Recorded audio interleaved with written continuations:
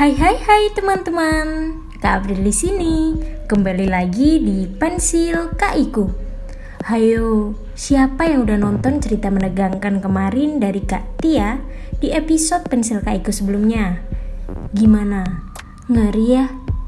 Nah, di episode kali ini gantian Kak April yang akan menemani teman-teman dengan cerita horor yang dijamin bikin teman-teman jadi tengok-tengok kanan kiri. Kira-kira seserem apa ya ceritanya? Eits, tapi tunggu dulu. Sebelum Kak April mulai, Kak April mau ingetin teman-teman untuk subscribe, like, komen, dan share ya. Supaya teman-teman gak merinding sendirian. Nah, kali ini Kak April akan bercerita tentang saudara kembarku.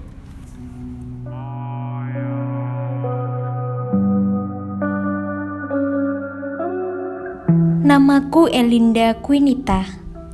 Aku berumur 12 tahun. Suatu hari, orang tuaku mengajakku untuk pindah ke rumah nenek di desa. Sebenarnya aku tidak ingin pergi ke sana. Karena aku harus pindah sekolah dan pindah rumah, juga harus meninggalkan sahabat-sahabatku di sini. Tapi apa boleh buat, itu keinginan orang tuaku.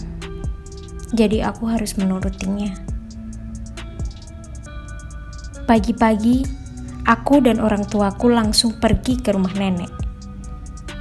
Nenekku telah meninggal 5 tahun yang lalu. Jadi, rumah nenekku di desa tak terurus. Sesampainya di rumah nenek, aku turun dari mobil dan melihat di sekelilingku. Lalu aku izin kepada ibu untuk melihat taman yang ada di dekat rumah nenek. Ibu pun mengizinkanku. Di taman tersebut terdapat ayunan, perosotan, dan sebagainya. Tapi di sana, kulihat ada seorang gadis seumuranku sedang menangis. Lalu aku menghampirinya. Ternyata, anak itu mirip sekali denganku. Namanya Alindia. Namanya hampir sama denganku, pikirku saat itu. Tapi aku tak menghiraukannya. Akhirnya kami bermain bersama. Pada siang hari, ibu memanggilku untuk makan siang. Aku langsung menghampirinya. "Siapa anak yang bermain bersamamu itu, Nak?" Namanya Alindia, Bu. Memang kenapa? Aku bertanya. "Tidak apa-apa, Nak," kata ibu khawatir sembari berjalan ke dapur. Ibu kenapa ya? Batinku. 2 tahun kemudian, tak terasa umurku sudah 14 tahun. Dan aku sudah duduk di kelas 9 SMP. Aku tetap menjadi teman Alindia sampai saat ini. Bahkan kami telah menjadi sahabat. Tapi jika aku sedang bermain dengan Alindia, ibu pasti terlihat khawatir, seperti ada sesuatu yang disembunyikannya. Suatu hari ibu bertanya kepadaku, "El, kamu masih suka bermain dengan Alindia, Nak?" Kata ibu khawatir. "Masih, Bu." "Sebenarnya mengapa, Bu? Sepertinya ada yang ibu sembunyikan dariku." Aku ingin mengungkap hal yang sebenarnya. Ada sesuatu yang ibu mesti ceritakan, Nak." "Apa itu, Bu?" "Sebenarnya saat kamu lahir, kamu mempunyai saudara kembar, Nak. Namun, ia meninggal karena kekurangan oksigen pada saat itu.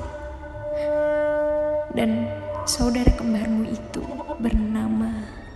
Ibu memotong perkataannya. "Siapa, Bu, namanya?" Tanyaku dengan penuh semangat. Namanya... Belum ibu selesai melanjutkan perkataannya, tiba-tiba Alindia datang secara mengejutkan. Ibu pun menghampirinya. "Nak, pergilah dengan tenang. Ibu yang akan menjaga adik kembarmu, Elindia." Aku pun terkejut apa yang telah ibu katakan. Ternyata selama ini Alindia adalah kakak kembarku yang meninggal saat aku dan ia lahir. "Ibu,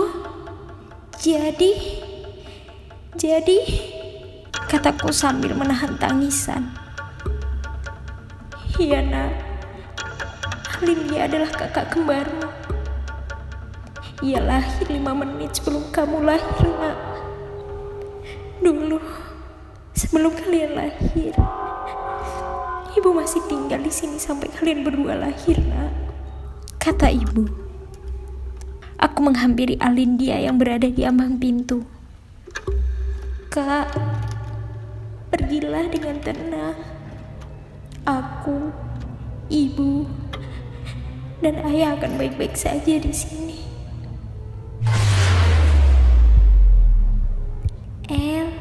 "Ibu, jagalah diri kalian baik-baik." Saat itu Alindia langsung menghilang dari hadapanku dan ibu. Aku dan ibu pun menangis. "Maafkan ibu, Alindia. Ibu baru menceritakan ini semua," kata ibu saat itu. "Tidak apa-apa, Bu. Alindia sudah tenang di sana."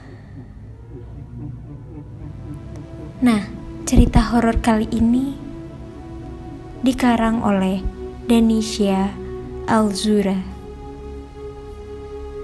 Teman-teman, Kak April merinding nih. Kalian gimana? Menurut kalian, bagian mana yang bikin teman-teman jadi merinding? Tulis di kolom komentar ya. Jangan lupa kalau kalian punya cerita horor lainnya, kalian bisa juga sertakan di kolom komentar.